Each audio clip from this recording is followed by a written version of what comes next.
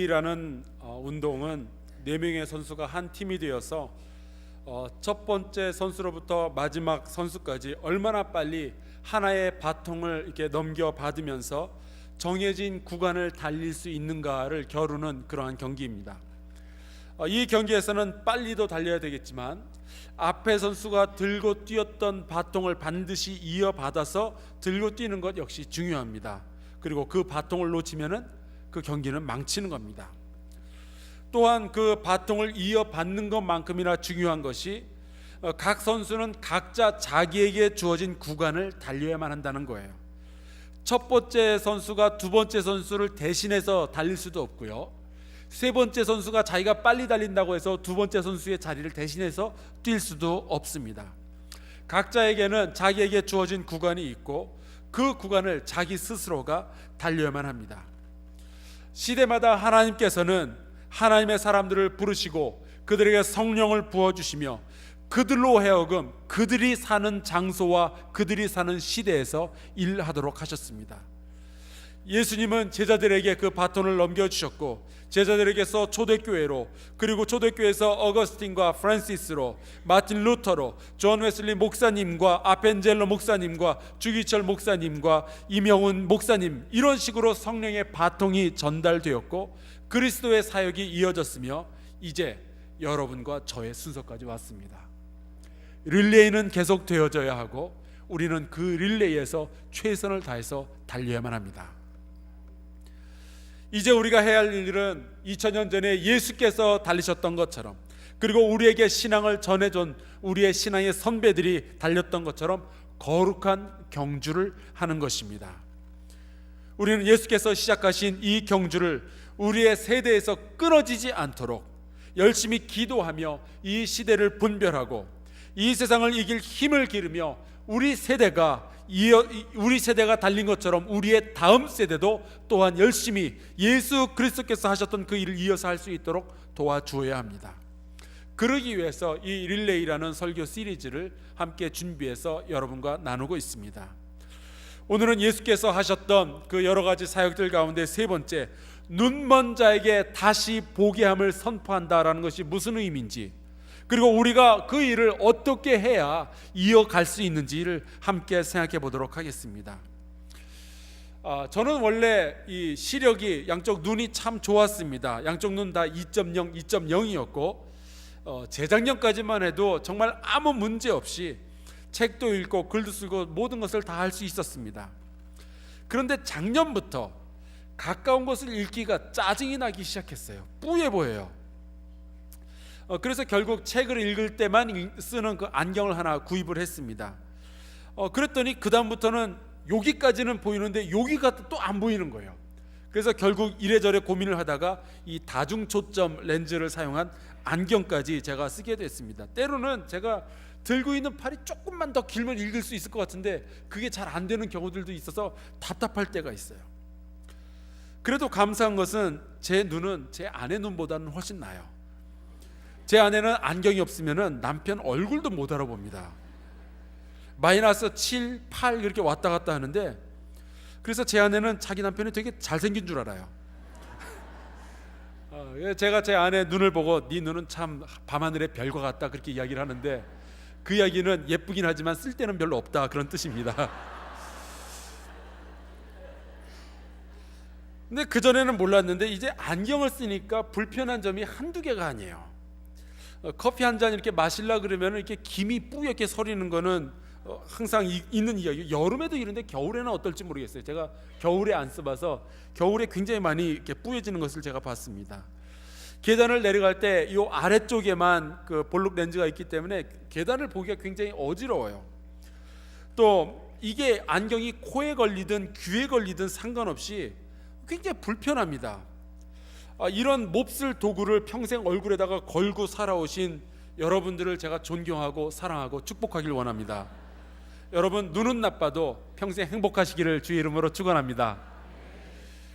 시력이 떨어진 것만 가지고도 이렇게 불편한데 앞이 보이지 않는다는 것은 얼마나 큰 고통일까 생각을 해봅니다. 예수께서도 마태복음 6장 22절에 이런 말씀을 하셨어요. 눈은 몸의 등불이니 그러므로 내 눈이 성하면 온 몸이 밝을 것이요 눈이 나쁘면 온 몸이 어두울 것이니 그러므로 내게 있는 빛이 어두우면 그 어두움이 얼마나 더하겠느냐. 우리나라 속담에도 비슷한 말이 있죠. 몸이 천냥이면은 눈이 900냥. 그래서 이제 예수께서는 성령을 받으신 후에 본인이 이 앞으로 펼치실 여러 가지 사역들을 말씀하시면서 그 중에 눈먼 자에게 다시 보게 함을 선포한다라는 것을 자기의 사역으로 분명히 말씀하셨습니다. 그리고 나중에 알게 되는 일이지만 그것은 예수께서 온 세상을 구원하실 그리스도라는 증거가 되는 일이었습니다. 세례 요한이 예수님에게 자기의 제자들을 보내서 물어보라 그랬어요. 당신이 오실 그분입니까? 당신이 온 세상을 구원하러 오시는 구세주 메시아가 맞습니까? 그때 예수께서 그렇다라고 하시면서 제일 처음에 하신 말씀이 바로 그거예요.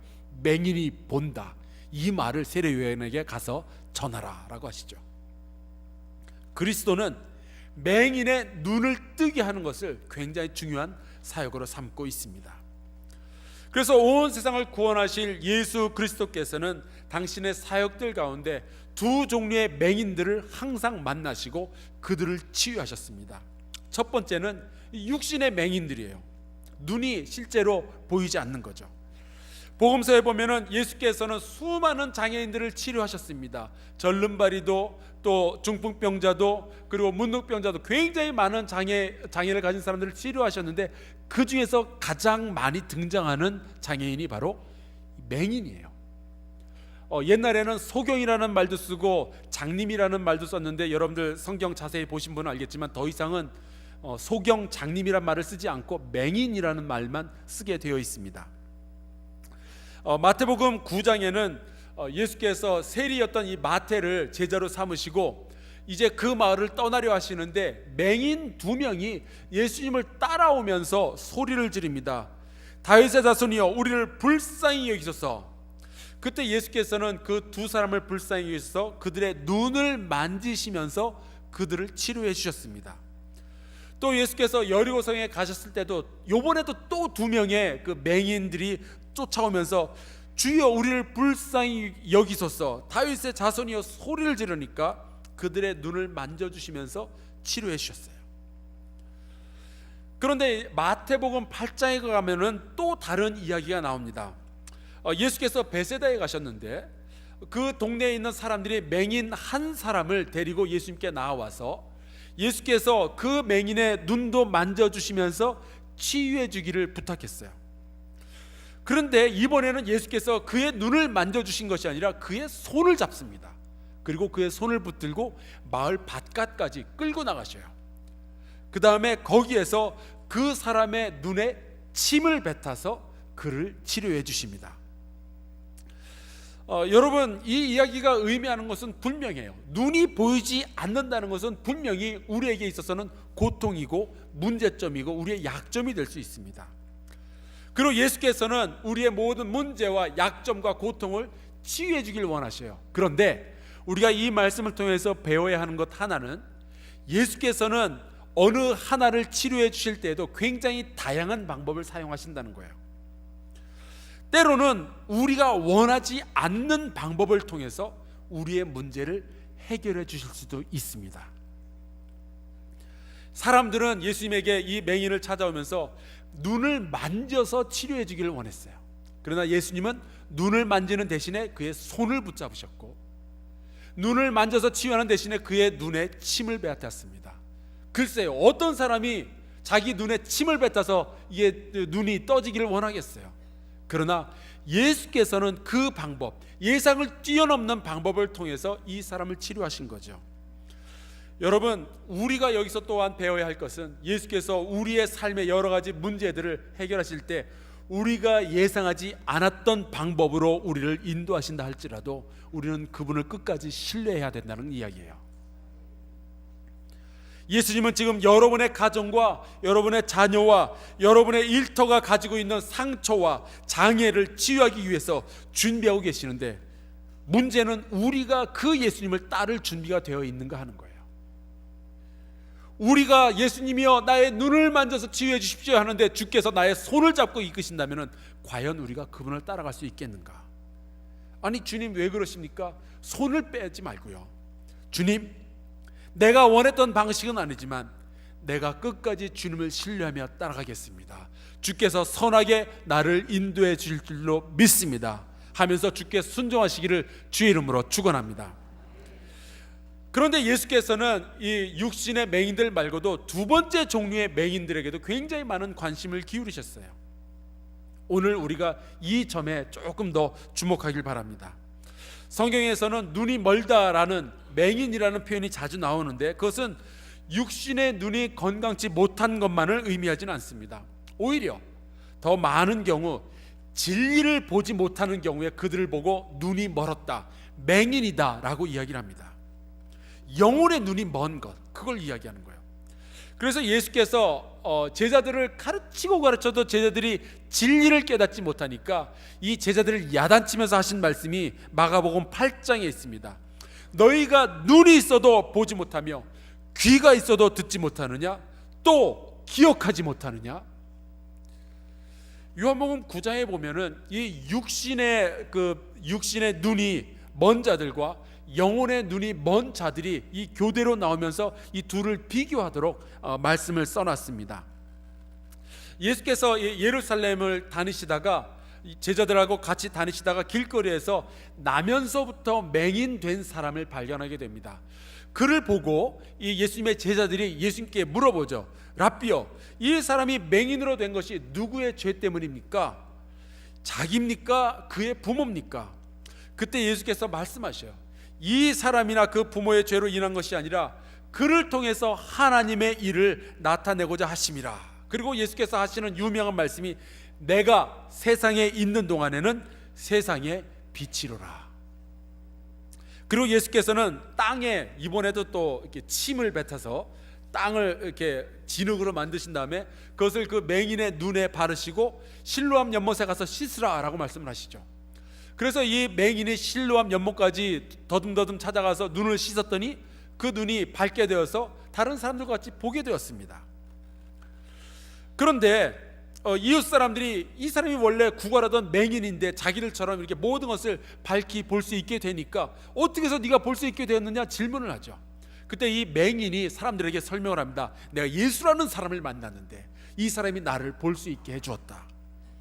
이게 신기했는지 이 사람들이 이 맹인을 눈을 뜬 맹인을 데리고 바리새인들에게 데려갑니다.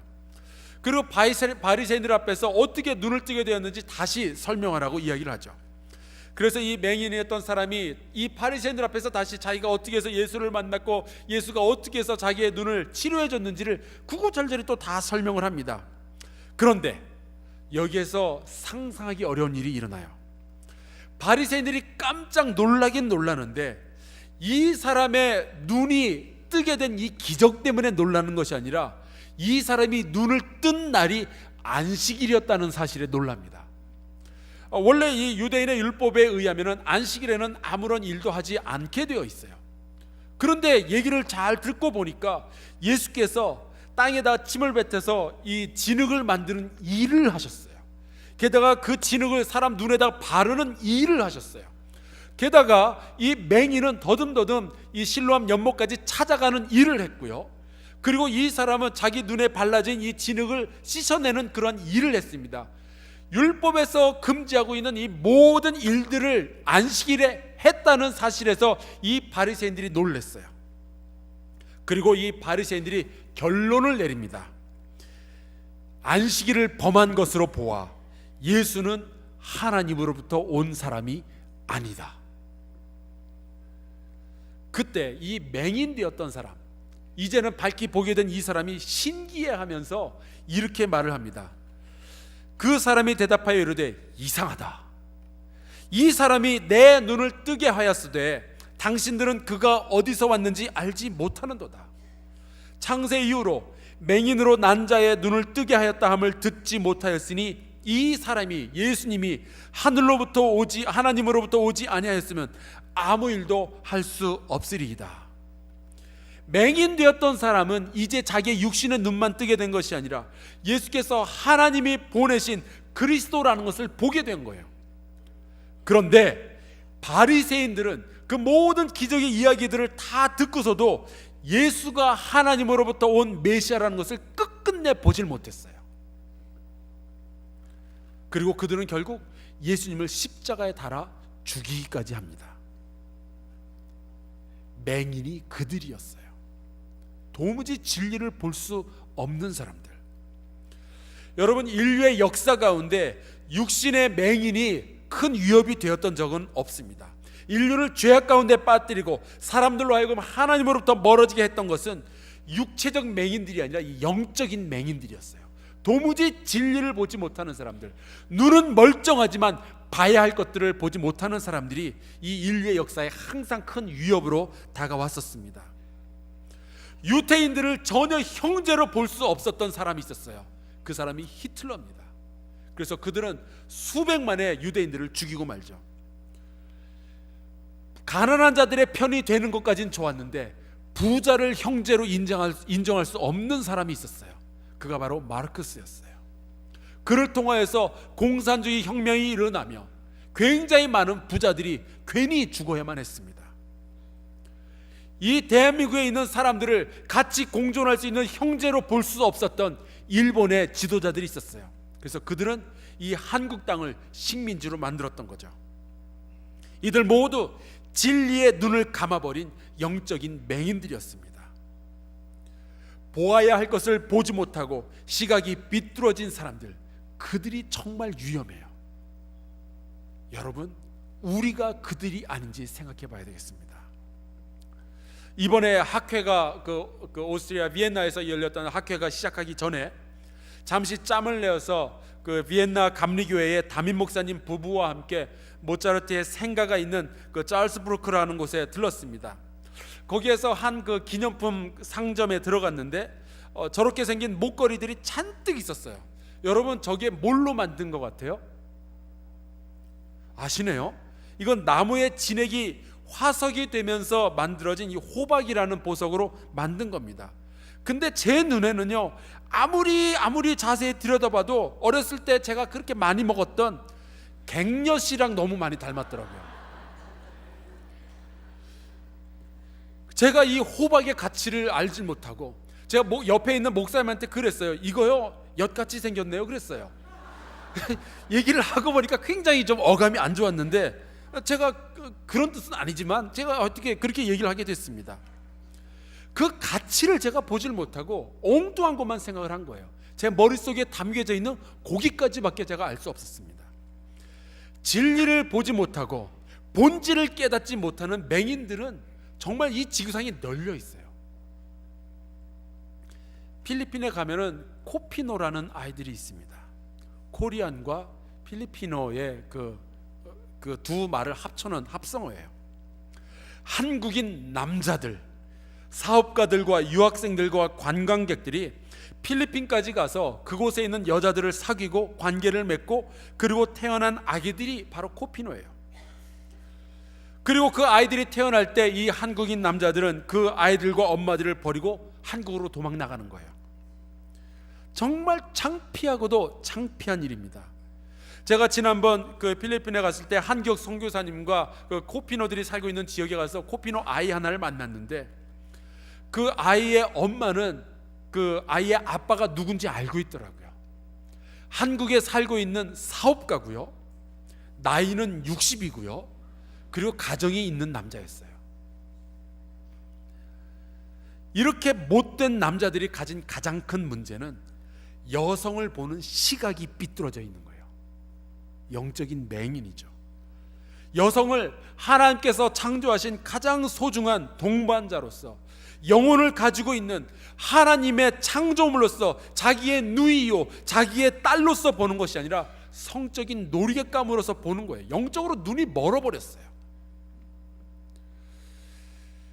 그 WVS라는 학술 단체가 있습니다. World Values Survey라는 그 단어의 약자인데요, 이 세계인들의 가치관을 조사해서 발표하는 일을 하고 있습니다.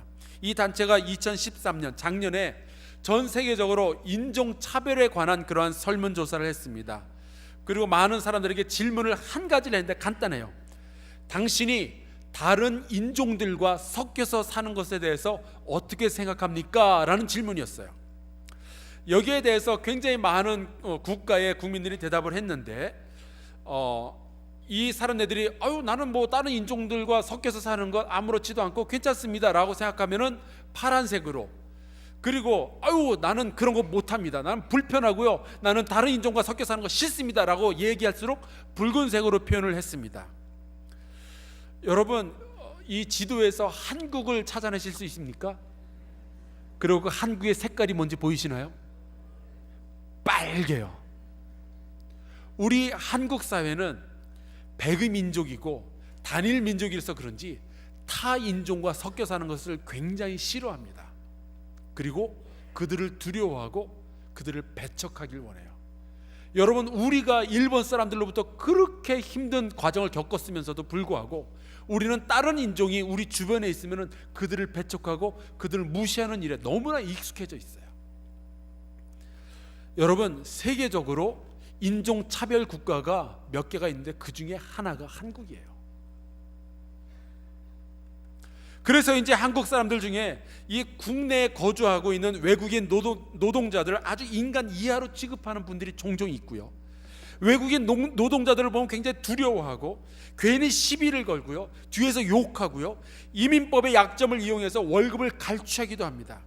물론 모두가 그러는 것은 아니지만 우리는, 이 한국 사회는 우리가 알지 못하는 사이에 이주 노동자들을 보면서 그들도 하나님의 자녀들이며 그들도 우리의 형제요 자매라는 진실을 보지 못하는 맹인이 되어가고 있어요. 누군가 여기에 대해서 말을 해야 되는데, 진실을 이야기하고 그들의 가치를 말해줘야 되는데 교회가 해야죠. 서기관들과 바리새인들이 이렇게 진리에 대해서, 인간의 본질에 대해서 알지 못하고 눈을 뜨지 못하고 계속해서 왜곡된 이야기만 하니까 결국 예수께서 화를 내시면서 이런 말씀을 하십니다. 어리석은 맹인들이여, 어느 것이 크냐? 그 금이냐? 그 금을 거룩하게 하는 성전이냐?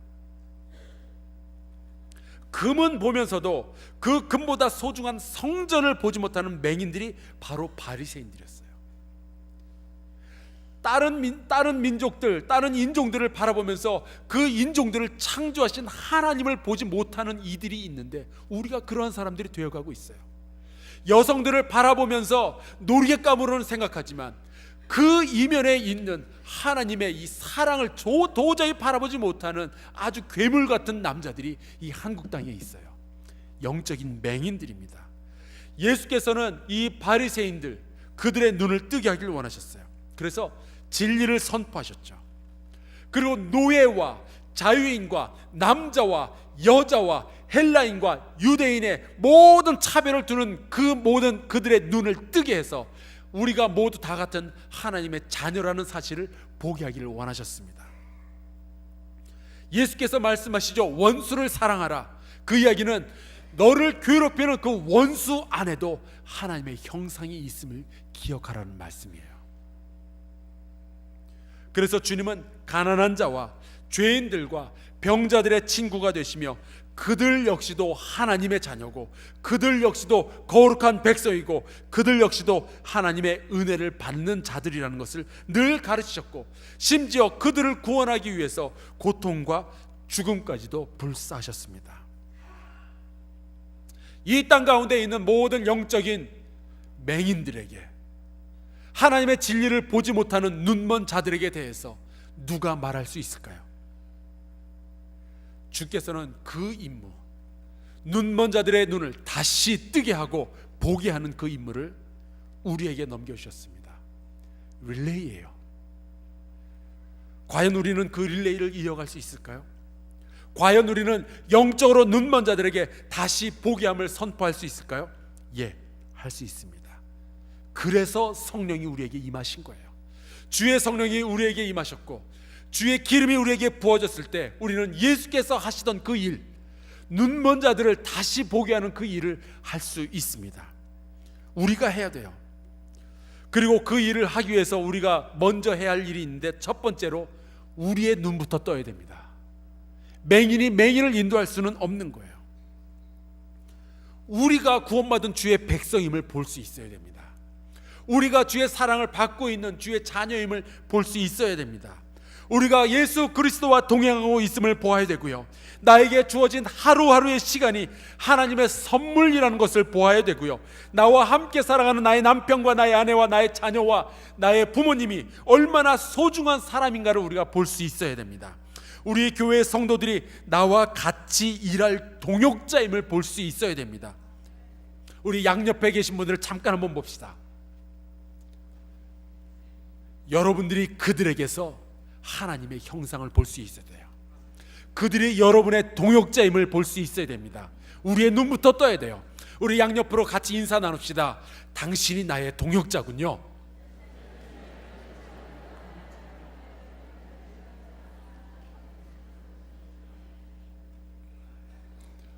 그리고 우리가 두 번째로 해야 할 일이 있습니다. 예수께서 하셨던 그 릴레이를 이어가기 위해서는 이 일을 우리가 반드시 감당해야 되는데요, 빛의 역할을 감당해야 됩니다. 예수께서 말씀하셨죠. 내가 세상에 있는 동안에는 내가 세상의 빛이라. 근데 예수께서 우리에게 또한 말씀하셨습니다. 너희는 세상의 빛이라. 우리가 그 빛의 역할을 감당해야 돼요. 여러분, 우리가 눈이 있어도 볼 수 없는 이유 중에 하나는 빛이 없기 때문인데, 우리가 그 진리의 빛을 드러낼 수 있어야 됩니다.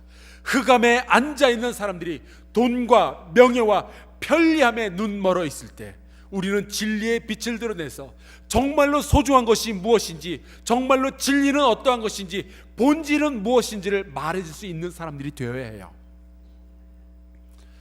우리가 빛의 삶을 살아야 됩니다. 그래야 이 세상 가운데 빛이 가득해지고 사람들이 그제서야 진리를 볼 수 있게 되고 예수 그리스도를 발견할 수 있게 되는 거예요. 그래서 이번 주에 여러분들과 재미있는 일을 하나 하기를 원합니다.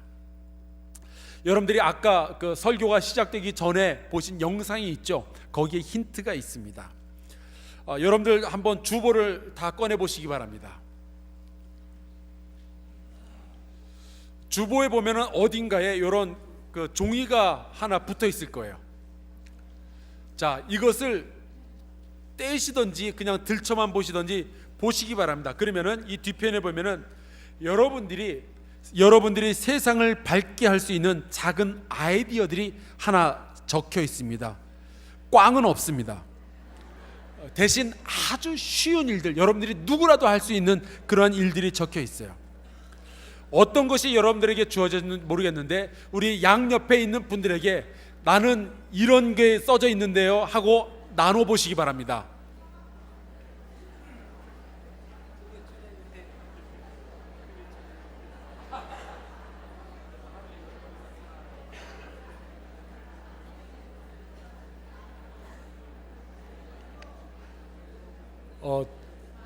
저는 하루에 10번 이상 사랑한다고 말하긴 해요. 여러분들 사랑합니다. 9번만 더 하면 되겠어요? 자, 양 옆에 계신 분들과 약속합시다. 다음 주까지 이거 꼭 이루고 옵시다.